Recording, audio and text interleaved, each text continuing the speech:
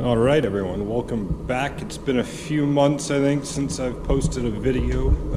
Had a couple other projects going on around the house. But getting back into the swing of things here. I gotta finish up the flaperons in the meantime. I've got a flat video that I think I filmed with the first one I put together. So I'll try and get that edited. I'm going to try and change up the format I've been going with. Try and post more shorter videos. Get them closer together with just kind of either nightly or weekly updates, and we'll see if I can get more videos out there of what I'm working on and cut down on some of the editing too. So I'll show you what I've been doing up until now and what I got going on the slats. One thing I did was build a nice little rack for all of my parts. An old table lying around that had some wheels on the bottom, so I kind of grabbed that and grabbed a couple other bits of 2x4s that I had and made a tree. I saw some other guys on Facebook and the forums do the same thing, so stole the idea from them. Got all 4 of the flaperons done. I guess done minus missing the tips on them, as well as the kind of bits that attach to the fuselage.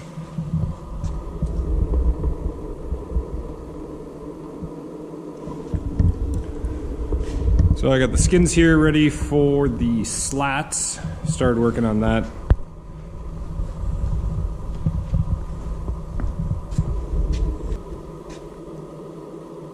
So I started working on the first slat last night. There's a doubler that goes all the way through here in the corner. So I got that drilled and clecoed in. Next step is to work on a whole bunch of these bits. I guess kind of similar to the nose ribs on the wing. So these are going to the slat ribs. There's our rib there, and here's the piece I'm working on. So it kind of fit in like that. There's a couple holes in there.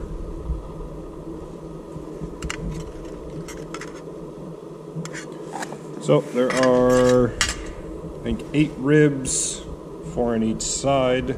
So you'll have 4 lefts and 4 rights. So I'm working on those. What I did, so I made my first one, drilled out, used a punch. One of these, if you don't have one of these, pretty nice. Kind of a spring-loaded punch. So I marked out the location for the holes in the corner. Used the punch, got a little divot in there, and then slowly stepped up the hole size. Right now it's up to a number 20. And then I marked out, I gotta swap the marks over to the other side, but marked out just the edges of the holes. That's what we'll end up trimming out of there. I've got a small little bandsaw here, so that's what I'll be using, but I guess you could just use the tin snips if that works. I'll keep working away for a few hours tonight, and I'll see if I got much to show for it. Probably just get more of those little L brackets mounted to the slat ribs, and I'll check in once I get a few of those done. All right, thanks. Got all of these done. Added the support brackets to the middle. I guess looks like my kit's a little bit older. Did get it. End of 2019, but I guess I've changed out the slat bracket already. Pretty simple, straightforward. Elected to just did a bandsaw cut to the middle of the hole. Then I'll figure out. That way, I was able to get those 2 holes kind of in the middle of that bit. Overhung a little bit on the edge there. Shouldn't be too bad. I'll have to do some trimming because there is, let's see, that hole in there on the bottom right.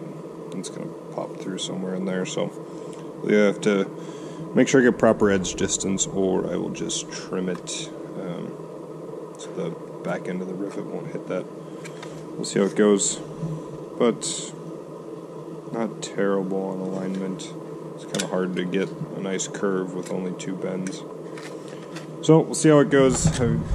Next step is to drill all of these to a number 30. I'll probably do some trimming on this L angle, deburr everything, do some corrosion protection in there, and rivet those together. It's a mini sub-assembly. So I will do that for next time.